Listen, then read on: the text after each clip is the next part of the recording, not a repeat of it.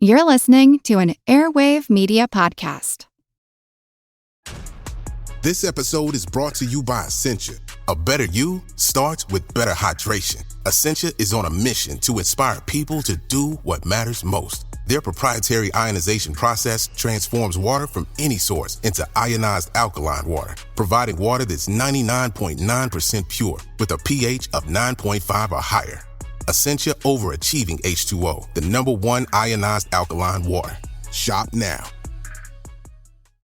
Welcome to From Beneath the Hollywood Sign. If you love old movies, Hollywood history, or the golden age of filmmaking, you've come to the right place. This is the podcast that talks about amazing stories of Tinseltown from another era and fascinating conversations with writer-producer Steve Cubine and actress-writer Nan McNamara. So, Steve, did Ava Gardner and Howard Hughes have a good relationship? Well, they did until he dislocated her jaw. What? Well, don't worry. She hit him back with an ashtray. From Beneath the Hollywood Sign is the gin joint for you. Recorded in Chicago, Illinois, with your hosts, Ken, Matt, Neil, and Jeff. This is Triviality. The cream of the crop! Hello and welcome to Triviality, the game where lack of seriousness meets a little bit of knowledge. My name is Neil, and I will be your host today. Joining me in the studio are Ken and Jeff. How's it going, guys? Hello. Hey, what's up? And unfortunately not here today is our co-host Matt. He took a trip on the Orient Express and for some reason has not returned. So I guess the clues will lead us to who possibly may have murdered him. I don't know. We'll have to ask Kenneth Branagh soon and see. We're not sponsored by that movie, but if you would like to sponsor us, Murder on the Orient Express, just send us a check. So joining us today, we're very happy to bring into the studio through Skype our friend Rich Flagel. How's it going, Rich? Pretty good. Well, first of all, we just want to say a very heartfelt thank you because you are one of our Patreon subscribers. So thank you, first of all, for that. I guess, can you just tell us a little bit about how you got into trivia, how you got into our show, and just a little bit about yourself? So I don't know, I've always liked trivia. My long car rides and stuff, my parents used to quiz us on like history facts and things like that. My dad's a big history buff. I've been watching Jeopardy since I was a little kid. I passed the Jeopardy test the last time around and then never got called for an audition. So we're in trouble though, is what you're saying. I don't know. We'll I've taken the test several times and I only passed it once. So I started listening to you guys pretty early on, I think. I don't know, I listened to another trivia podcast and I think somebody on there might have plugged you guys, and that's how I found you. Wonderful. We certainly appreciate the extra plugs that we get anywhere we can find them. Yeah, no, and thank you for being a listener and a Patreon subscriber, and just a special shout out to all of our Patreon subscribers. We've been just sort of overjoyed with all the help and support you guys have given us. So thank you to, of course, Rich, and then David Nelson, Brent Bullmeyer, Asha Usef, Wesley Wells, and Greg. Without your support, it wouldn't allow us to do this show in a simpler way that it's sort of becoming. So it's becoming a lot easier to produce and distribute this show with your support. And if anyone else is interested, please go to patreon.com/trivialitypodcast. And there's going to be some perks there. We're reworking some of them. But just the fact that you guys are sort of in our, what we like to call our cream of the crop, means a lot. So thank you so much. And hopefully we'll get some new Patreons, so spread the word. With Rich here, it's going to be a 3-for-all today. You guys know the rules. It's 20 questions in a variety of topics, worth 10 points apiece, split into 2 rounds. At halftime, there's going to be a special swing round designed by me, which to the contestants today they know is a mysterious swing round. We won't get into that because of why. But at the end of regulation, players will enter the final round with the points that they have accumulated, and we'll have the chance to wager 0 to 30 points on 5 questions. At the end of the game, someone will be named the cream of the crop. Oh, I'm talking about all the way to the top, yeah. All right, so I guess without further ado, are you guys ready to do this game? I am ready. Let's do it. All right, you guys are ready to go, so let's start with question 1. Out of the 14 teams in the Big Ten Conference, only 11 of them have official mascots that you might see on the football field. Of those 11, how many are supposed to resemble a human? Okay, I'm in. How are you in already? Because there's no way I could possibly know this, so I guessed. Well, I'm not a Big Ten guy. I grew up in Syracuse, so we aren't very good at football. I love your The mascot's orange. great though. The orange, yeah. Yeah. Like a physical piece of fruit. He looks Yeah, like- he's literally a fruit with arms, legs, and a hat. All right, I'm locked in. All right, so Rich and Ken are locked in. Jeff is still thinking. Yeah, let me just finish the other two teams just to make sure I'm not missing anything. Okay. And I can give you a very subtle hint if you guys need. Or that's it basically would be eliminating the 3 teams that don't have a mascot at all. That's okay. Okay. Oh, okay. I'm glad I wrote all of them down because Okay. I got I think I have a better idea now. All right, let's start with the most confident and quickest to enter. Ken. 1. All right, his answer is 1. Rich, what about you? I said 6. All right, 6 for Rich. And Jeff. Okay, so I think I went through all 14 Big Ten teams here. There's one that I'm not certain of, but there are 2 that I'm definitely certain of. One of them is the Michigan State Sparty, Chief Illini from Illinois. And the other one that I thought was a human representation but wasn't 100% certain of was Rutgers, the Scarlet Knight. All right, So I said 3. Jeff was pretty close on his reasoning here. Rich was also close on the amount. So Illinois, Michigan, and Indiana technically don't have an official mascot anymore because in 2007 they disbanded Chief Illini because of the racist connotations. There are unofficial versions of Chief Illini that go to games in different places and perform, but it's not an official mascot anymore. So Jeff was right on 2 of them. Michigan State has the Spartan known as Sparty. That's Right. pretty lazy naming. Rutgers does in fact have the Scarlet Knight, which is looks like a man. It's very similar to Sparty, dressed in a knight's outfit. Purdue has Purdue Pete, and Right. Nebraska actually has 2, but it's most famously known for Herbie Husker, so it's Nebraska. Okay, I forgot about But they just recently added Lil Red, which is a guy in like a blow up costume, but their main one is Herbie Husker. Is Notre Dame not Big Ten? Nope. It is a non-affiliated FBS team. All right. Only for football, though, because every other sport they play in the ACC. This is all right. Let's move on. So the answer was 4 there, guys. So 4. All right. So 4. Isn't Brutus Buckeye like humanoid? He's just got a nut head. he is humanoid, but he's technically a nut. Technically a nut. He is technically a nut. Speaking of nuts, I brought some squirrel nut zippers into the studio today for the gentleman to try. I know Jeff ate his, and Neil's saving his for later. What'd you think? I liked it, but it tasted like sarcasm. Yeah. Yeah, I'm a little sour from our loss, so I don't know if I should add something sweet to the mix. Okay. Question 2. Actors are often recast for roles in film and television, such as Maggie Gyllenhaal replacing Katie Holmes in Christopher Nolan's Batman trilogy. My question to you is, if the famous American author of The Last of the Mohicans was alive in the 1990s, what TGIF show would be the easiest casting decision? So you're looking for a show. Looking for a show title that would correspond with the author's name, to give you a little bit more of a hint. Okay, I have a guess. I also have a guess. All right. Well, so what are you thinking, Rich? They're both locked in. Well, the only TGIF shows that I can remember are like Sabrina the Teenage Witch, Boy Meets World. That's all I can remember. So I guess I'm just gonna say Sabrina the Teenage Witch. Let's go with that's a good guess. Let's go with Ken. I actually also went with Sabrina the Teenage Witch. Just kind of trying to think of TGIF shows with names in them or things that could be names. I thought of maybe Teen Angel. Maybe the guy's last name is Angel. Maybe the guy's last name is Sabrina. So going with Sabrina the Teenage Witch. You didn't think his last name was Family Matters or Step by Step? Not really. Jeff. Those were TGIF. Yeah. There's a very other famous one, which of course is being remade for the next generation right now on Netflix that nobody mentioned. But I couldn't think of it, so I went with one that I knew was a person's name. Don't think it's a TGIF show, so I jokingly said Charles in Charge.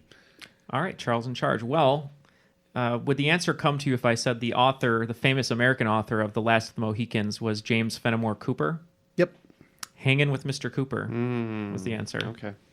Yeah, I don't remember that. That's good. That's pretty funny. All right, moving right along to question 3. This French explorer discovered Prince Edward Island in 1534 and claimed what is now Canada for France, before his name was synonymous with high-end jewelry worn by the likes of Grace Kelly and the Duchess of Cambridge. I'm locked in. All right, Richard in with a fury. Seems like all his neurons are kicking. Well, it looks like Triviality co-hosts here are having a little bit of trouble trying to think deep. I'm trying to think it all. Okay, whatever. All right, Ken is in, so we're left with Jeff. I'll take a guess. All right, so let's start with Ken. Tapping out on this one. Can't even think of a funny answer. Tap, tap, taparoo. Taparoo. Tap it in. All right, let's go with Jeff. I went, he's more associated with diamonds, but I said De Beers.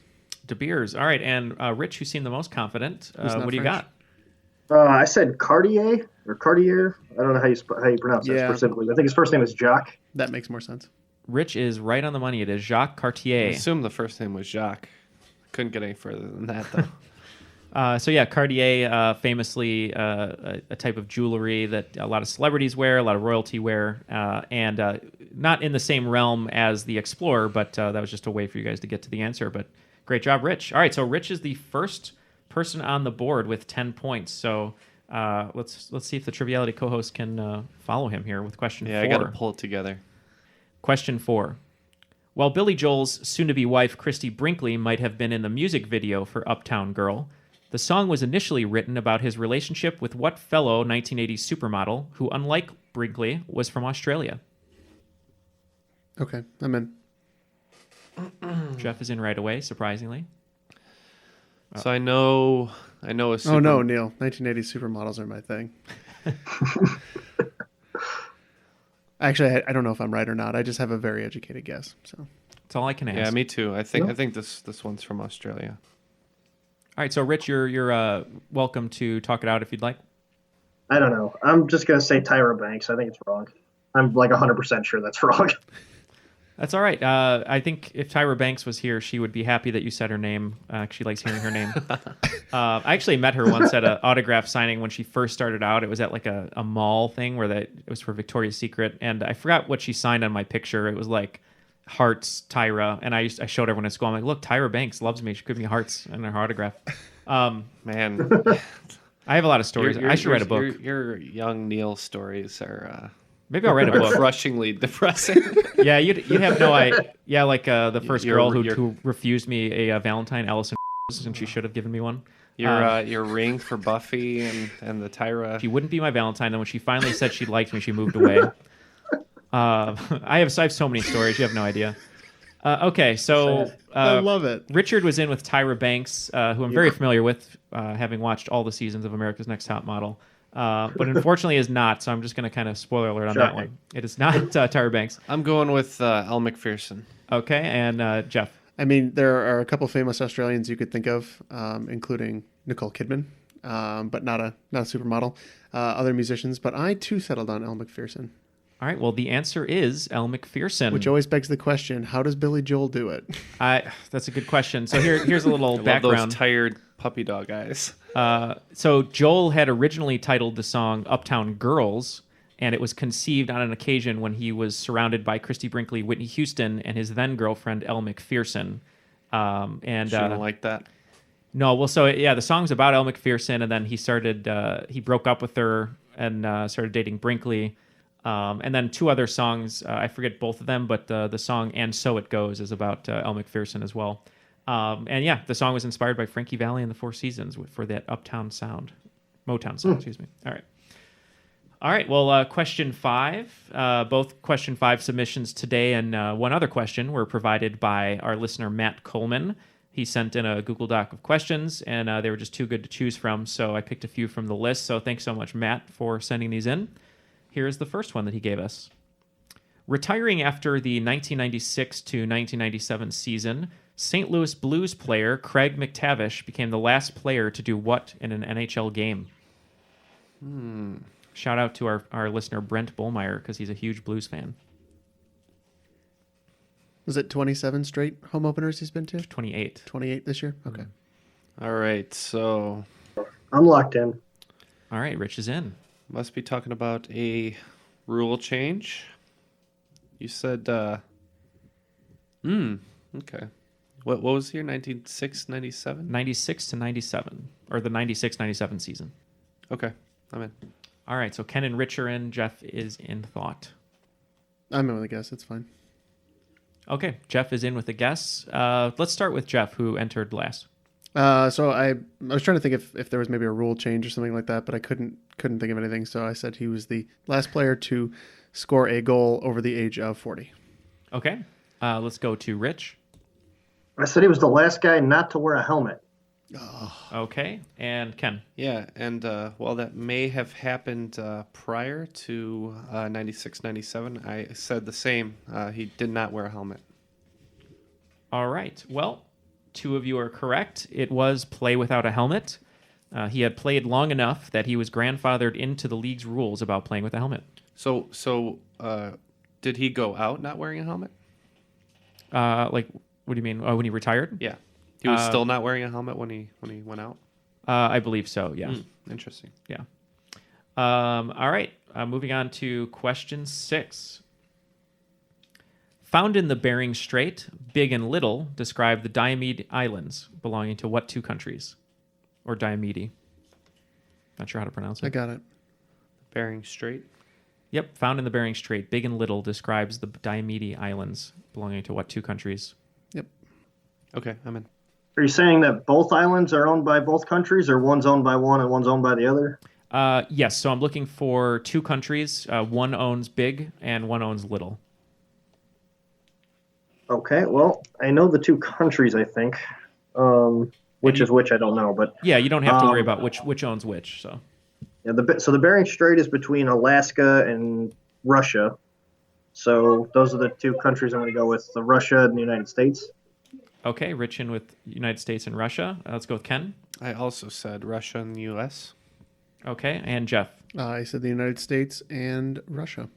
All right, you guys are correct. It's Russia and the United States. I knew where the Bering Strait was. That's good. Just a little score recap. After 6 questions, looks like Ken has 30, Rich has 30, and Jeff has 20. Close game. I always start poorly. All right, question 7. Since 1902, only a limited number of postgraduate students at the University of Oxford can thank a man named Cecil for receiving this prestigious scholarship. Got it. Locked in. Okay, I'm in. All right, Ken seemed to be the most uncertain, so let's start with Ken. Yeah, this was not ringing any sort of bells, so I just went with a famous Cecil, and I went DeMille. Okay. That's not right. It's not right, no. Let's go with Jeff. If my head is in the right place, Ken, I believe it may have helped if I told you that Bill Clinton was one of these. I believe that was a Rhodes Scholarship, or Rhodes. Okay, and Rich. Yeah, I also said Rhodes Scholarship or Rhodes Scholar. That's correct. So if you were a super smart wrestler, it might be called the Dusty Rhodes Scholarship, but it is Rhodes Scholarship. Correct. Yeah, I mean, I've heard of that, but there's no reason that it was specifically standing out to me, so it's okay. I actually work at a university right now, and one of my students just got, not my student, one of the students I work with actually got this. That's phenomenal. Yeah, it's a pretty high honor.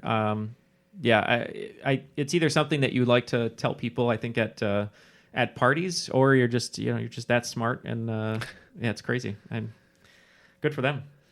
All right, so question 8 is going to be around Oxford a little bit. Speaking of Oxford, an English rock band from Oxfordshire was originally named On a Friday, but they didn't become famous until they changed their name to this, matching the title of track number 6 on Talking Heads' album, True Stories.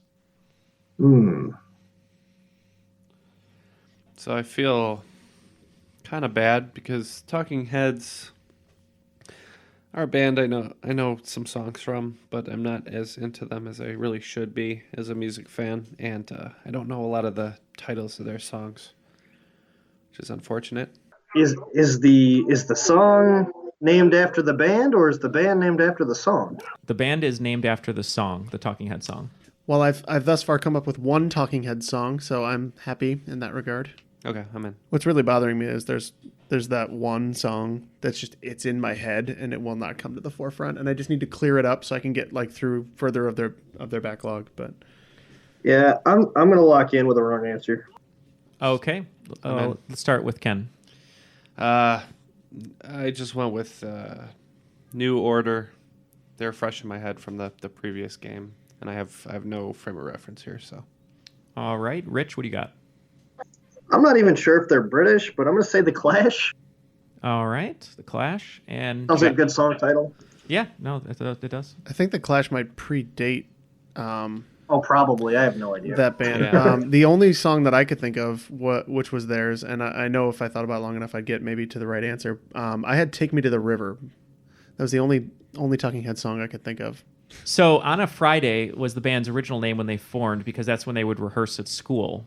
But they changed their name to the title of track number 6, as I said, from the Talking Heads album True Stories, which was called Radiohead. Oh. Oh. All right, so question number 9. Another music question, sort of. In Eddie Money's song Take Me Home Tonight, the phrase "Be My Little Baby" is repeated several times and cued when Eddie says, just like who sang. Hint, don't confuse them with the 4-time Super Bowl winning 49ers cornerback who then became safety. I have a guess, but So I'm looking for a first name, but the 49ers is a hint. okay, I'm in. Okay? Yeah, I'll lock in. All right, Rich is locked in. I have a better answer because the word I wrote was nonsense before this. Okay, all right, let's start with Jeff. So I said just like Ronnie said. Let's go to Rich. I said Joe. All right. Joe says a lot of things, but unfortunately did not say this. I said Frankie. And Frankie. Okay. Well, Ken was close as it did end in IE. But if you know who Ronnie Lott is, it was just like Ronnie said, be my little baby. Yep. Just like Ronnie said. But Ronnie Millsap is the female vocalist in the song, right? Isn't that yes. the tie-in? Yeah. Looks like we're at the last question of round 1. And it's a pretty close game so far. So let's see if you guys can end the round strong. Question 10. You can thank Sam and Dean's chemistry for helping what television series become the longest running in CW history? I'm locked in. Yeah, me too. All right, Rich and Ken are in. I'll just take a guess with a CW show. All right, let's start with Rich, who actually was in fairly quickly. I don't actually watch this show, but I know some people that do. It's called Supernatural. All right, let's go to Ken. Yeah, I have to agree. I don't watch it, but I know enough about pop culture to know those two dudes are named Sam and Dean. All right, and I'll go to Jeff. It was immediately obvious that I was wrong because Supernatural has been on for like 12, 13 years now. But I said Gossip Girl because I didn't know. All right, so Ken and Rich were correct. It is Supernatural. They're going to be going into their 13th season. I actually watched the show when it came out. The first 5 seasons are super strong if you just watch 1 through 5 because the story kind of wraps up nicely, but then they kept getting renewed, and they've been getting renewed every year. So I haven't even watched 6 through 12, but it's still super popular, so people love it. All right, so after round 1, our game is very close. Ken has 40. Jeff has 40, and in the lead right now by a slim margin is Rich with 50. All right, so today's swing round is going to be a little bit TV themed. It's not nothing confusing about the questions. They're not long questions. Basically, what I'm going to do is I'm going to give you characters, and I just want to know the actor or actress who portrayed the characters. Should help you out a little bit because these are going to be characters that Rolling Stone listed as the top 40 best SNL characters of all time. Okay. So I'm going to give you a famous SNL character. I just need to know the actor or actress who portrayed them. And I will say one or more of these might be a famous host of the series, but you'll see it when you hear it. Okay. I can already think of Or you'll one hear of it the when answers. I see it. Yeah. Or whatever. Okay. So we're going to do 10 of these. They're going to be worth 5 points apiece. And it's pretty simple. Like I said, going to name the character. I just need the actor or actress. Number 1, Wayne Campbell. Number 2, Stefan. Number 3, Stuart Smalley. Number 4, Matt Foley. Number 5, just name one of the Bronx Beat Ladies. Just one of them. There's 2 of them. Number 6, Nick the Lounge Singer. Number 7, the Lothario at the Continental. Number 8, Debbie Downer. Number 9, Mr. Robinson. And number 10, Rosanna Dana. That one's for the older crowd. But timeless. I do have an 11th, but I won't include it. Rosanna Dana. I know that one. I can't place it.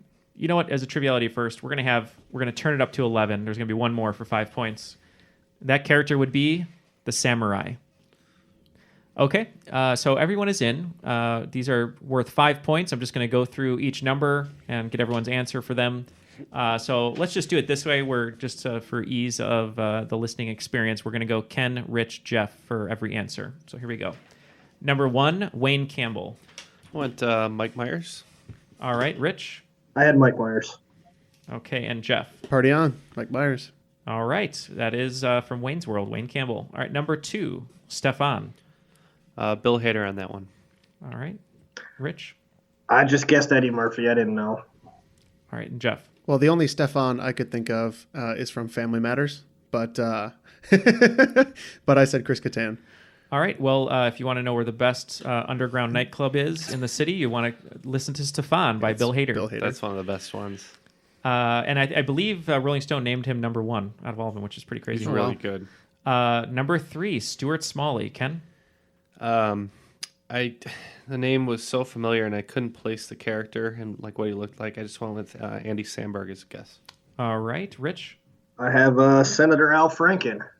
Okay, and Jeff. Believe it or not, I too went Minnesota Senator Al Franken. That's right. It is Senator Al Franken. I'm good enough. I'm smart enough. I'm good enough. What is it? Gosh darn it, people like me. People like me. There you go. Now I remember. All right, number 4 was Matt Foley. Ken? I think that's Chris Farley's character who lived in a van down by the river. I'm by the river. Rich? Yeah, I had Chris Farley. Yep, and Jeff. That is one of the best characters of Chris Farley. Other than the Colombian decaffeinated coffee crystals. I love when he falls into the table. Chippendales Dancers, if you want to pull it back to I love that one with Patrick Swayze. Yeah, that's like one of the best of all time. So good. All right, number 5, Ken. Either one of the Bronx Beat Ladies. I'm hoping those are the soft-talking radio personalities, and I went with Anna Gasteyer, but I'm not sure. Okay, Rich? Yeah, I had nothing. All right, and Jeff? I was thinking it was more early, so I guess Jane Curtin. Okay, all good guesses. Ken was actually looking for the Delicious Dish hosts, who you might recall saying, I can't help but notice, Pete, your balls are a little misshapen. But the Bronx Beat Ladies were the 2 women from the Bronx who would gossip and hated everyone that they engaged with, and that would be Amy Poehler or Maya Rudolph. They were chewing gum incessantly during the sketch. Okay, so number 6, Nick the Lounge Singer. Ken? I couldn't put my finger on this one, but I know Adam Sandler is musical, so I went with him. All right, Rich? I also said Adam Sandler, but I was probably just thinking about The Wedding Singer. Mm-hmm. Okay, and Jeff? I couldn't shake this image of a lowered button-down shirt Phil Hartman, so don't know if that's him or not, but I went Phil Hartman. All right, well, I think Adam Sandler might have led you to Opera Man. Jeff was a little closer with an unbuttoned shirt, but that would be Chicago's favorite, Bill Murray. Oh. Bill Murray. And I believe he'd like step out in the crowd and come talk. And he sang terribly. I think he did like Jaws or Star Wars. He was screaming. Okay. Now I remember the sketch. Yeah. All right. Now we are on number 7, the Lothario at the Continental. Ken? This was the point of view sketch in which Chris Walken would go around and try to make love to a beautiful lady. All right, Rich? I have nothing. All right, and Jeff? I don't remember the skit at all, but I felt like it was one of the recurring hosts, so I just guessed Steve Martin. Come over here and have some wine. That would be Christopher Walken. That is correct. Ken is right on that one. They're trying to shut the door on him, and he's pushing the door. That's a great sketch. That's so good. All right, number 8, Debbie Downer. Ken? feline AIDS is actually the number one killer of cats in America. That's Rachel Dratch. All right. Rich?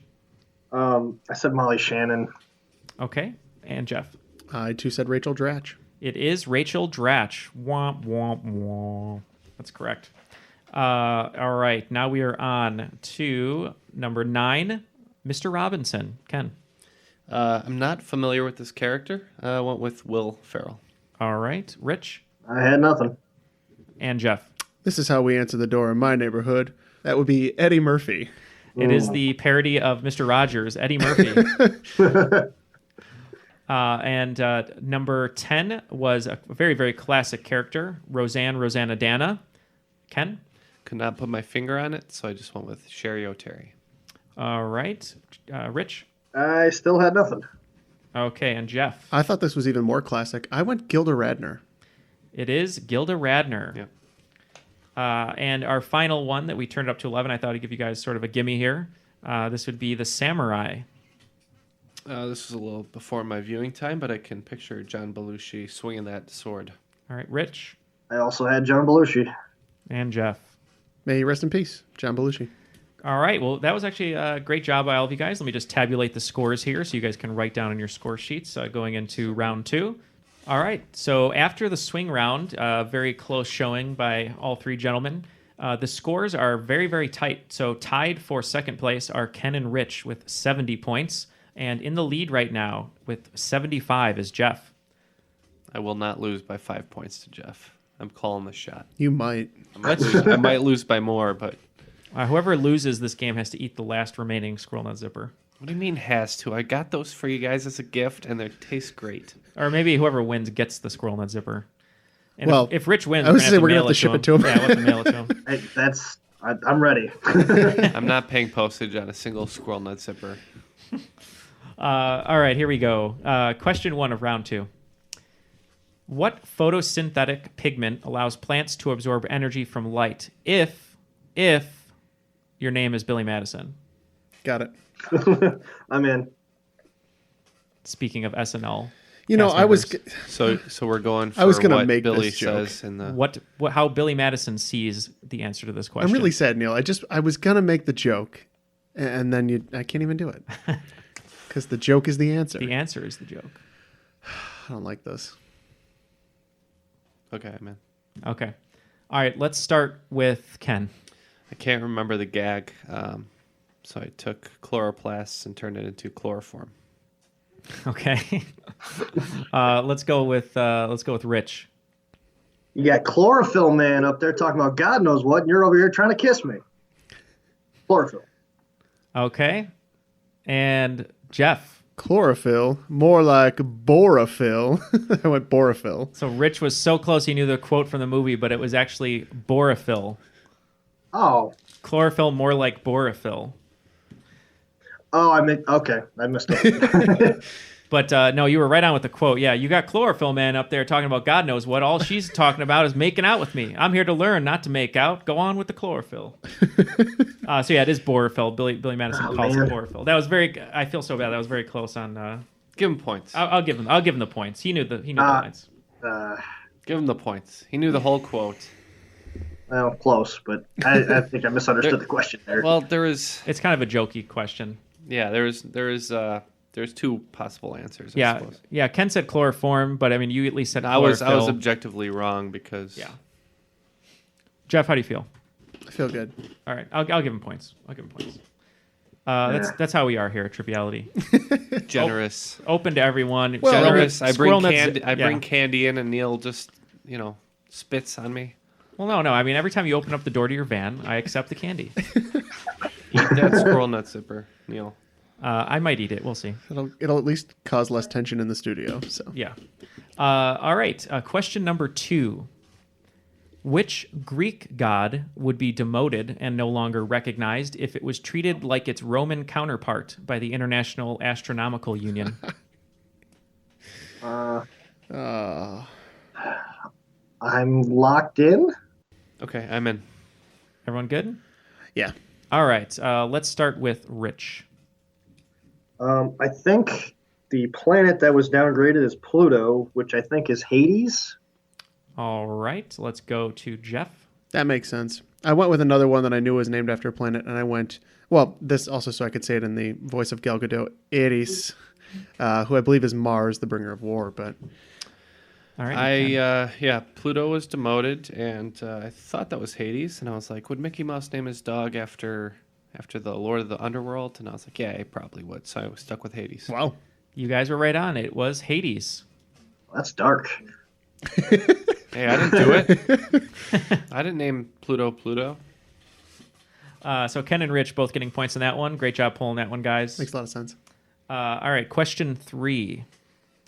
In the atomic number library... Oh, here he goes. Yes. Thinks he knows a little something about elements now. Background for our listeners, Neil has been just cramming with a crib sheet on elements and element numbers, so he thinks he's a genius. So we'll see how this works. Sodium, guys. I'm just trying to learn. Nah, guys. Okay. In the atomic number library, you would find Catch-22 by Joseph Heller in the Dewey Decimal System under this name. So I'm looking for Catch, name of the element, to simplify it. The question is, what's the 22nd element, and put Catch before it, right? Yep. So I'm just going to guess. I'll give you a hint. All right. Recording artist Sia. This is her favorite book. Yeah, I got it. Son of a bitch. I already had to be had a it. pop music question. I already had it then. So yeah, okay. That's what I thought. I'm just going to guess something. I don't know the numbers of the elements, and Did you I'm hear just going to pick one I know. Did you hear the hint that I gave? Yeah, it didn't help me. Okay. You never know. It probably hurt me. All right, let's go. All right, let's start with Ken. So with the pop music help, I assumed it was either silver or gold because, pop musicians like to sing about that a lot. So I went with Catch Silver. Okay. Rich? Damn it. I said Catch Sodium. I don't know. Maybe she's Salt from Salt and Pepper. I don't know. Okay. All right. Good reasoning there, though. And Jeff? So I kept getting stuck. In the beginning, I kept getting stuck because Neil said catch. He kept saying catch. So I kept saying Ca in my head, which is calcium. That's 20, though. So I went up a little bit. It's and then when he said the clue for Sia, this is a name of one of her songs, so I was absolutely positive. One of the lightest structural metals used often in aerospace engineering. This would be titanium. Sia's single was Titanium. Yep, so it would be Catch Titanium. I knew I didn't want the hint. Another kind of cutesy answer. Sorry, guys. If the capital city of Switzerland wants to get more tourism, perhaps they should use a phrase popularized by Jane Fonda during her exercise videos to push through fatigue, or the hashtag used by the 2016 Sanders campaign. So I'll accept either the capital city of Switzerland, but originally I was looking for the phrase used by the 2016 Sanders campaign. Oh, got it. Or Jane Fonda. I'm locked in. I'm locked in. Wow, how did I not get all of those immediately? I don't know what the hell this question is. It might just be that easy, though. Yeah. All right, Ken, you're in, and Rich is in. All right, so before we get to the answer, it could also, I suppose, be an anti-STD slogan, but we'll get to that later. Ken, what do you got? I don't even know what you're asking here. I just put pushing forward. I don't know. Pushing forward. Okay. I don't know what you're talking Not about. a capital of Switzerland. Rich? I think the capital of Switzerland is Bern, so it's Feel the Burn. All right, and Jeff? Oh, okay, now I get it. I also put Feel the Burn without confidence that it fits the phrasing Neil was looking for, but Bern is the capital of Switzerland. Yeah. It is Feel the Burn. All right, I had no idea what you were asking for. Now I get it. Yeah, Feel the Burn. So, yeah, the hashtag Feel the Burn was for the Sanders campaign. Jane Fonda used to say that during her exercise videos when everyone was getting tired. All right, back to question 5. Thanks once again to Matt Coleman. I really, really loved this question. It was a trivia fact that I had not known, and when I looked it up and researched it after you sent it, I just thought it was so interesting. I think you guys are going to love it. So thanks once again. The U.S. Department of Defense is the largest purchaser of explosives in the United States. Which company is number 2? And so I'll give you a hint because it's one of these questions where once you hear it, you'll never forget it. But the hint will kind of guide you there if you need it. Just let me know. Yeah, I'm good for a hint. Yeah, go for it. All right. The hint is that it's a media conglomerate. Yeah, that's what I thought. I'm in. Oh, yeah. Okay. Media conglomerate who loves using explosives. Michael Bay. Just Michael It's just Bay. Michael Bay. Just himself. his Right, personal- he's above a... I'm locked in. All right. Not too confident, but let's start with Rich. I said Warner Brothers. Okay, Warner Brothers, definitely a media conglomerate. Ken? I believe this has to do with fireworks and pyrotechnics and special effects, and I went with Disney. And Jeff? Oh, crap. Yep, that makes way more sense. I put ILM, but it's got to be Disney. It is Walt Disney Yeah. for their daily fireworks and pyrotechnics. All right, number 6. Man, a lot of hockey questions today. I'm sorry, guys. I don't even watch hockey, but it's, I guess more for Ken. What NHL hockey team was named after a creature who allegedly inhabited the heavily forested area of the coastal plain known as the Pine Barrens? And we're not saying whether it's a current team. Could be, could not be. It is a current. Yeah, I will say it's a current team. Yeah. Okay. Yeah, I just had a little malfunction there, and I was going through all the teams, and then when I came to the answer, it became quite obvious to me. I'm locked in. I don't watch hockey. All right. That's fine. I'm in. Okay. So let's start with Rich. I got a little confused because you said coastal, and the only thing I could think of, couldn't think of that many teams. So I just said Minnesota Wild. Okay. Maybe it's like a Sasquatch or something. I don't know what their mascot looks like. All right. Let's go to Jeff. I was thinking maybe the Panthers. All right. And Ken? I'm going to defer to Patrick Warburton as Putty on this one. For the Devils! The Devils! And go with the New Jersey Devils. Well, the common description is that it's a kangaroo-like creature with the head of a goat, leathery bat-like wings, horns, small arms with clawed hands, cloven hooves, and a forked tail. I thought maybe Rich would know this as the creature that haunts the Pine Barrens over there on the East Coast. It would be the Jersey Devil. It's the Devils. We're the Devils. Yeah, so I heard it was actually an episode of Lore all about the Jersey Devil and how people see it all the time, and they think they see it. Yeah, listen to that one too. It's pretty good. Yeah, that's a good one. I never knew about that before. Number 7. The liberal arts are those subjects or skills that in classical antiquity were considered essential for a free person to know in order to take an active part in civic life. Much of the Freemasonry is based upon principles found in the 7 liberal arts and sciences. When I found out there were 7 of them, which I didn't know, I had to ask a question about them. So all I need you to do is just name 2 of the 7 liberal arts and sciences. I'm in. Okay. All right, I'm locked in. All right. Ken and Rich both locked in. Jeff twiddling his thumbs. No, I'm good. All right, let's start with Jeff. So one of them that I feel pretty certain of is philosophy, and I had a couple other strong inclinations, but for the other one, I settled on literature. Okay. Ken? To be honest, I never really considered the classification of liberal arts to be, certain things. So I just put literature and history. All right, and Rich? I said philosophy and history. Okay, so Ooh, interesting. Unfortunately, no points coming around. Wow. So the quadrivium consisted of arithmetic, geometry, music, and astronomy.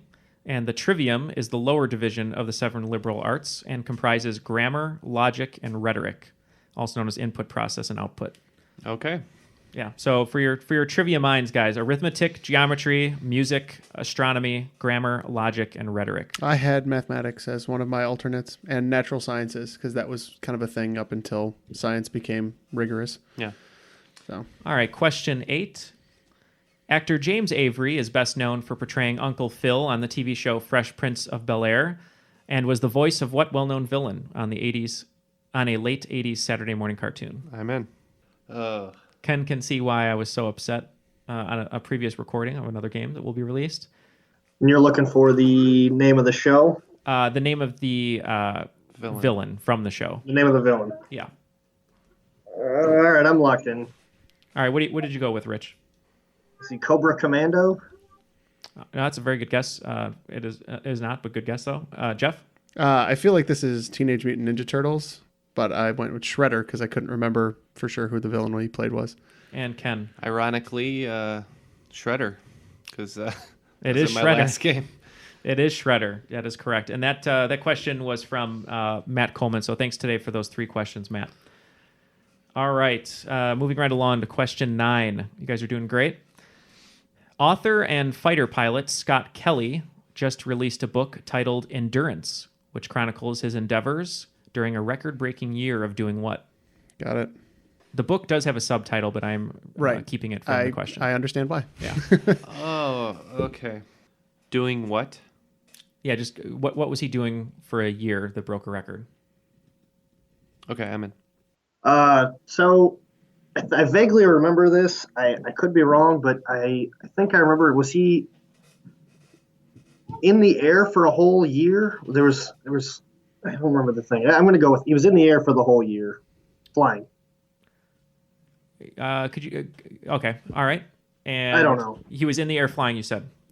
Yeah. Okay, so Rich is in. Let's go with Ken. Yeah, I remember hearing about this gentleman on talk radio. I believe he's the gentleman who stayed in space the longest. And He's in space. That's a better answer. Jeff. Yeah, I'm going to be a little bit more vague. He spent a year aboard the International Space Station. Yeah. Yeah, I will accept both. Because he was not the person who's been in space the longest. He was the record-breaking person who lived in space for a year on the International Space Station. It would have been funny if you did a trick question about his brother, sat at home and did nothing and had tests run on him. Right. Yeah, I'd prefer to be that guy. That's pretty Me interesting. too. Is his brother the one who's married to Senator Giffords? Could be. I can't remember. I can't remember. Okay. All right. Last question of round 2. Let's see if we can shore up these scores before we go into the final. With over 155 million units sold, a record that may not be touched, this is the best-selling video game console of all time. 155 million. Over 155 million units sold. I'm good. Okay, I'm in too. All right. Give Rich a minute here. No, I'm locked in. All right, locked in. Let's start with Jeff. So my gut said that it was the original Nintendo Entertainment System. But I believe, given its longevity and then kind of the culture at the time, I think PlayStation actually was more successful. So I went PlayStation, the original PlayStation. Okay. Let's go to Rich. I think I saw somewhere recently that all the handheld consoles usually outsell all the physical consoles. So I'm going to go with Game Boy. That's a great guess. Okay, Game Boy. And Ken. I have a strong inclination on this one that Nintendo's brilliant innovation and marketing schemes bolstered the Wii in the top position, the original Wii. All right. Really? Well, here we go. So number 6 is by Microsoft. The Xbox 360 is number 6 on this list with 84 million. Number 5 is the Wii from Nintendo with 101.6 million. Number 4 is the Sony PlayStation, the original. Okay. Number 3, PS2. Game Boy or Game Boy Color. Number 2, the Nintendo DS. And just narrowly beating it out, at number 1, PlayStation 2. Okay. It was sort of PS2. Yeah. It was a Okay. different time, a lot more hoopla around the systems then. You know what? And I should have thought about that. PS2 was also purchased by a lot of people because it was also a DVD player, which was kind of a novelty at the time. Yeah. So yeah, I should have thought about PS2. Yep, pretty interesting. I was super surprised to find out that Microsoft wasn't even in the top 5. It's just all Sony and Nintendo. I could have sworn there was something about the Wii sales, though. Well, the Wii sales, It's there by wasn't, far the best that generation's sales. Oh, maybe that's yeah, out of the Xbox 360. Because it all outsold the that- Xbox 360. Yeah, it outsold all the modern consoles. Gotcha. All right, so here are the scores before going into the final round. In third place currently is Rich with 100. Second place, Ken with 120. And narrowly in the lead, Jeff with 125. Remember, guys, I'm going to give you 5 categories. You can wager 0 to 30 points on each category, depending on your confidence. And I'll make sure, Rich, that we do it privately so they can't hear your wagers.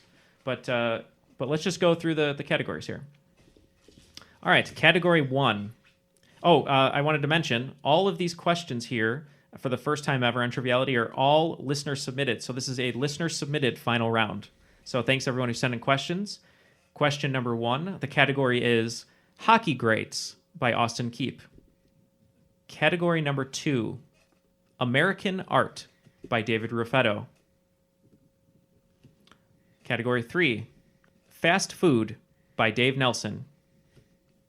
All right, category 4, Canadian Political Nicknames by Jonathan Berlingeri. And number 5, Cookies by Adam Abbasi. All right. So the wagers are in, and it is time to go to the final round. So question 1 was in the category of hockey greats, provided by friend Austin Keep. Here's the question. If Wayne Gretzky never scored a goal, which NHL great would own the record for most points?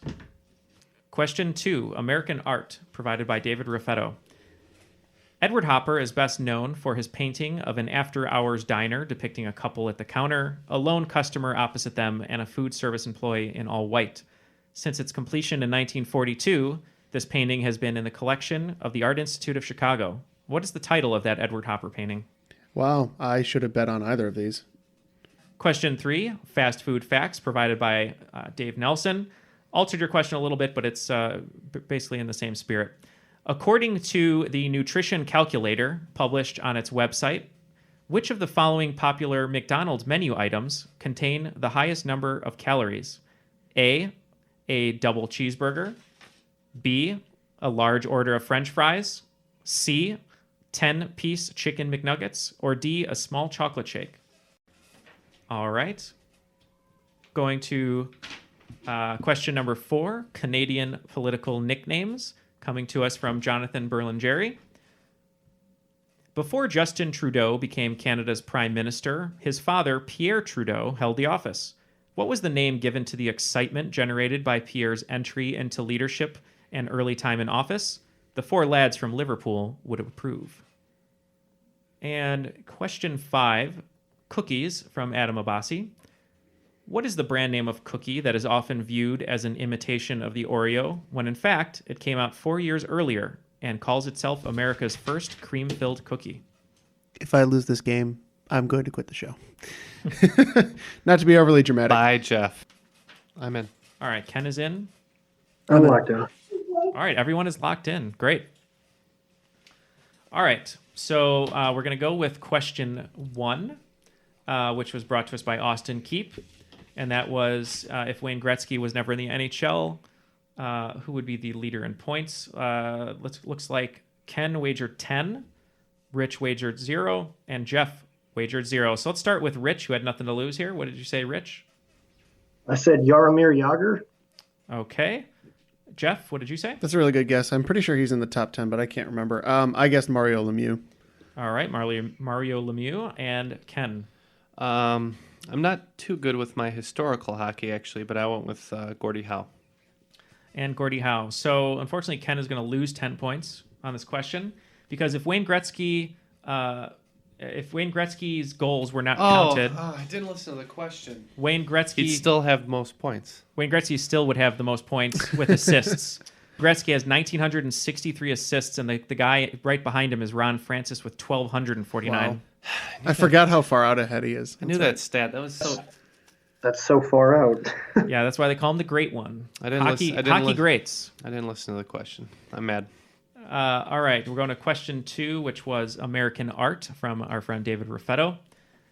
So what was that Edward Hopper painting that's in the Art Institute of Chicago? Ken wagered 20, Rich wagered 20, and Jeff has nothing to lose here, so we'll start with Ken. That is Nighthawks. All right, Rich? I have Nighthawks as well. Okay, and Jeff? Nighthawks. All right, so the answer was Nighthawks. So Ken and Rich will be getting 20 points each. And something that David did, which I thought was great, was he put fun Neil fact in the email that I had to say. So the scene has been cited as influential to films like Blade Runner. Ridley Scott made a point of showing it to his production team. Glenn Ross for the diner scene, and Pennies from Heaven, 2 Hopper paintings recreated on set. So thanks, David. Question number 3 from Dave Nelson was in fast food. So we were basically looking for which of the menu items had the most calories as current as 2017 on McDonald's Nutrition Calculator. So it was either the double cheeseburger, large French fries, 10-piece chicken McNuggets, or small chocolate shake. Ken wagered 10. What did you say? I was between the fries and the shake, but I went with the fries ultimately. Okay. Rich wagered 30. What did you go with, Rich? I was also between the fries and the shake, but I went with the shake. Okay. And Jeff? I was between the fries and the nuggets, believe it or not, and I went fries. All right, so the lowest amount of calories of those four was the double cheeseburger at 430. The second highest was chicken nuggets at 440. Third highest was the large French fries at 510 calories, and the largest caloric amount was the small chocolate milkshake at 530. All right, so this next question was basically a wash for everyone. Everyone wagered 0. It was Canadian political nicknames from our friend Jonathan Berlingeri, trying to teach us a little bit about Canada, where he's from. So what was the name of the excitement of Pierre Trudeau and his leadership race and early time in office? Ken? I would just went with Trudeau Mania. All right, Trudeau Mania. Rich? I said Beatlemania. I didn't know. All right, you were on the right track. And Jeff? I guess Trudeau Mania. It was Trudeau Mania. You guys are all on the right track there. Rich, almost there, but that's all right. You guys all wagered 0. All right, so I haven't done any math in my head, but we'll see how this final question affects the entire game. Some fairly big wagers on this last one for the category of cookies from Adam Abbasi. Ken wagered 20, Rich wagered 10, and Jeff wagered 20. So let's see how they fare. Ken, what did you say that cookie was? Well, I would be remiss if I didn't know the answer to this because me and my friends argue about cookie supremacy, and it is Hydrox. All right, Rich? I also had Hydrox. And Jeff? Ditto on Hydrox.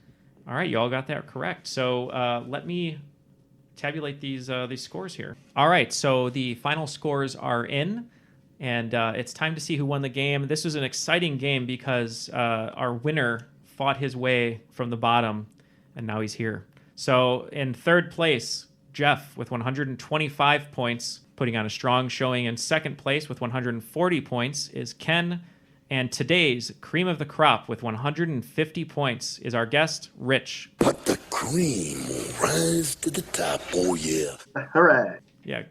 Hey, good job. I'm very torn here because on one hand, I'm a little mad about the hockey question that I didn't quite listen to, but on the other hand, I'm very proud of you, and you're the cream today, so we have to honor the cream. Yeah, you did a great job, Rich. Coming from the back, I mean, you were right in the thick of it in the first round, and then you were behind after regulation, but you pulled together some pretty big bets there, basically betting 50 points in the final round, and it paid off, so great job.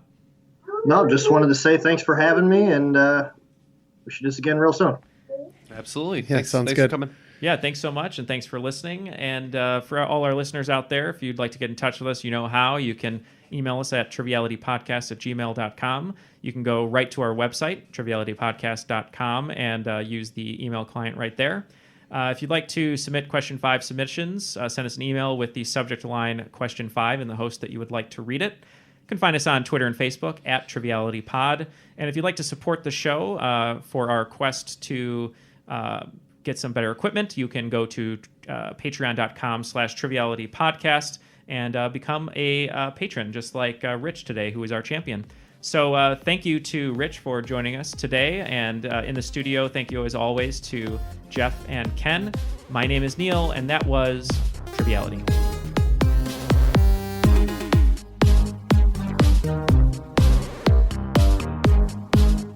If you are some dumb folks looking to just get murdered, New York's hottest club is... New York's hottest club is... Your mother and I are separating. Brooms, scrunchies, screwheads, a shaved lion that looks like Mario Batali. On this Valentine's Day, you can lose yourself on the dance floor surrounded by 12 dancing Cupids. Cupids? Jewish Cupids. Cool. They just want you to meet someone nice and settle down. Yeah.